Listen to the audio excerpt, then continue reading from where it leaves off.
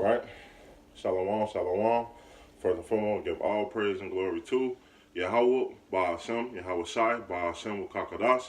Double honors to the apostle of Great Millstone, our teachers, and salutations to the Akim and teaching this truth of the folk on the earth and transcendent, man. It's a real quick lesson. I just had like five scriptures, man. Just proving that, man, basically this our last captivity and we ain't gonna hurt no more, man. Because, hey, Esau, Edom, has been whooping our ass, man. Because our Heavenly Father told us not to transgress. Since we went out of these other gods and worship, and so the Lord gave us to our ruin, man. And ever since Esau been into rulership, which was prophecy, hey, we've been getting our ass whooped, man. But the good thing is, man, that this the last captivity, man. It's the last captivity that we're gonna go through this shit, go through this hell, that women gonna be over us. Everything is gonna be in proper order, man. And you can read Hebrews, the 8th chapter, and Jeremiah, the 30 and 30, I believe, man. Chapters, man. The 30 chapter, man.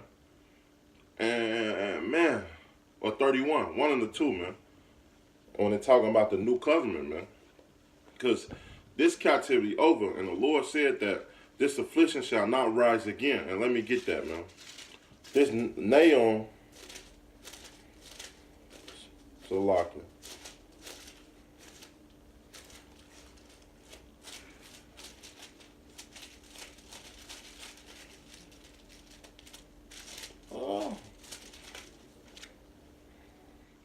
Oh my.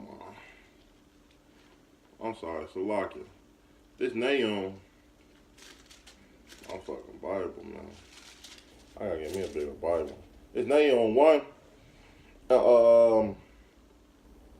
9. It say, what do you imagine against the Lord? He would make an other end, affliction shall not rise up the second time, man. So this thing that we going through, these curses, is starting to leave us and going to Esau, which prophecy, when you read Deuteronomy 37 chapter, and you see the fall, fall of this kingdom, man. It's letting you know that the Lord, especially when you see the brothers preaching off the four corners of the earth and true sincerity, man, lifting up the word, lifting up the banner, hey, going into the gates of the noble, man, letting you know that our kingdom is being established, man, and that this kingdom is falling, and we don't have much longer, man. When you read Daniel, the 7th chapter, it coincides with Daniel, the 2nd chapter, man. And I'm going to just read a couple verses, man. It say this, verse 7. It say, in the first year of Bozrah, the king of Babylon, Daniel had a dream and a vision in his head upon his bed, and he wrote the dream and told the son of the matter, man. Because Nebuchadnezzar was given a dream of the end times, man. Verse 2. Then you said, I saw in my vision, and behold, 4 winds of the heaven ascend upon the great sea. Right? And the 4 great beasts came out from the sea and diverse from the other, man. And it's talking about the 4 kingdoms, man. And we don't have to go into all the 4 kingdoms, man. But I'm going to name them, man.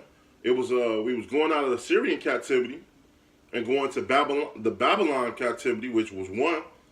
And we went to Babylon to the Medes, because the Medes took down the Babylonians. Then the Medes and the Persians started ruling. Then out of the Medes and Persians was what? Greece. Greece ran, and then what came out of Greece? Out of Alexander and them, man, came Rome. Rome fell, right? Then we came into the Dark Ages, and out of the Dark Ages was the Renaissance, man. Came that little horn. When you read down, man, and when you read Revelations, right? And what's that little horn? It's talking about America, man.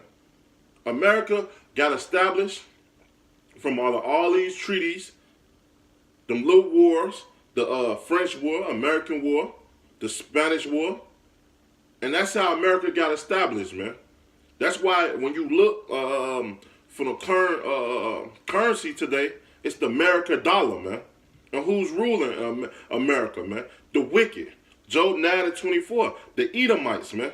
The hands is given to the hands of the wicked, man. So this is the last kingdom, man. Of the Edomites, the heathens, man. Because when you jump down, this Daniel 7, and I'm gonna start at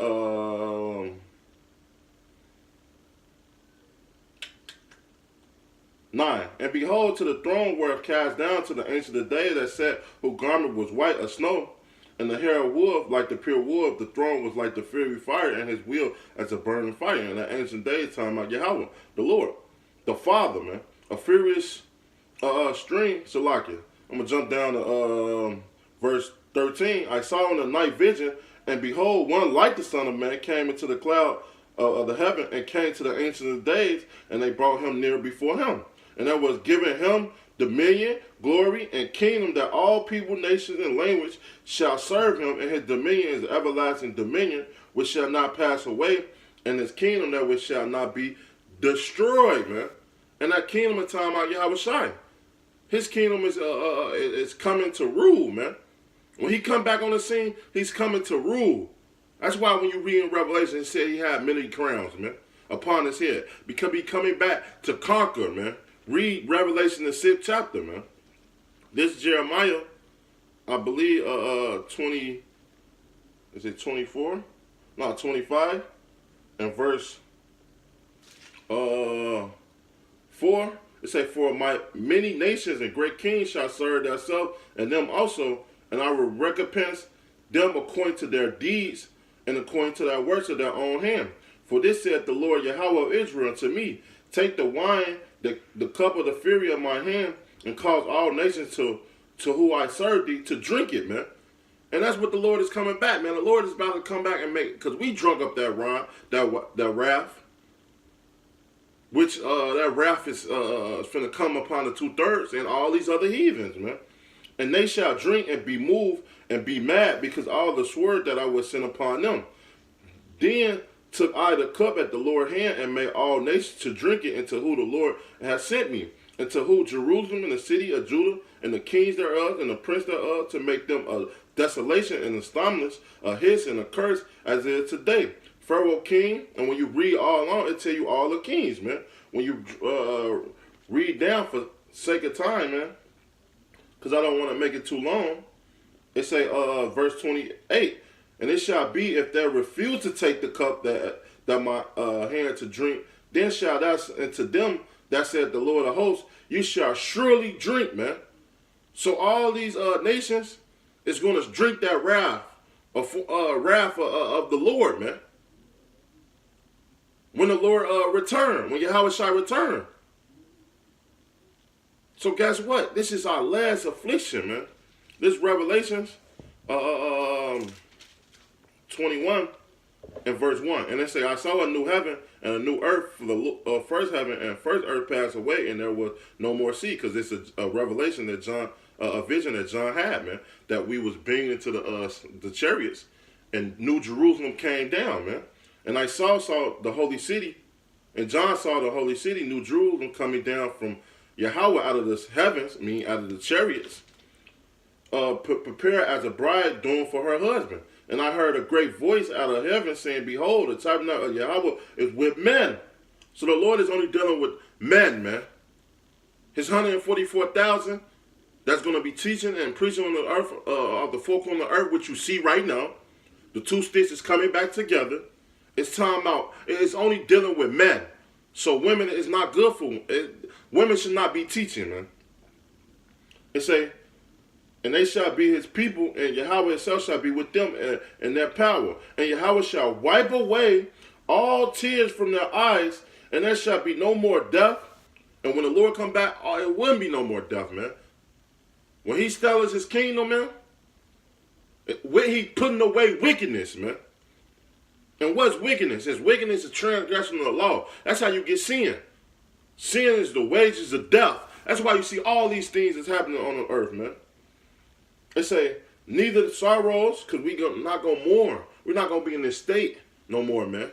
That law is going to be written on our armor part, so we're not going to go off. It say no crying, neither shall there be any more pain, for the former things are passed away, man.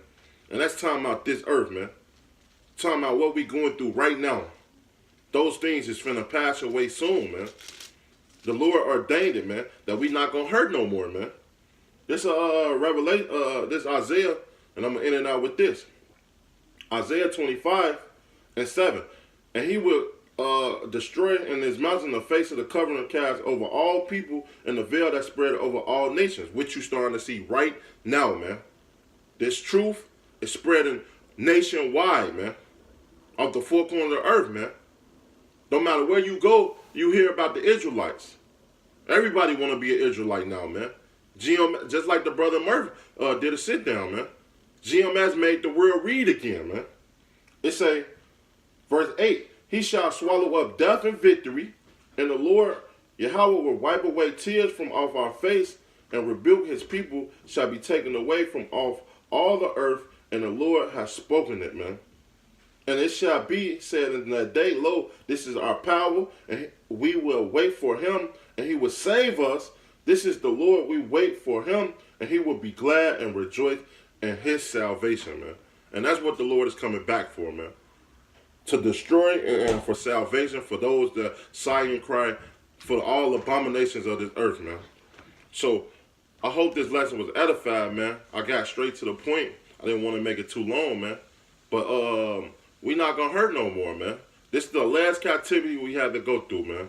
So with that, I want to say shalom and call Allah, Yahweh, Ba'ashem, Yahweh Shai, Ba'ashem, Kakadash.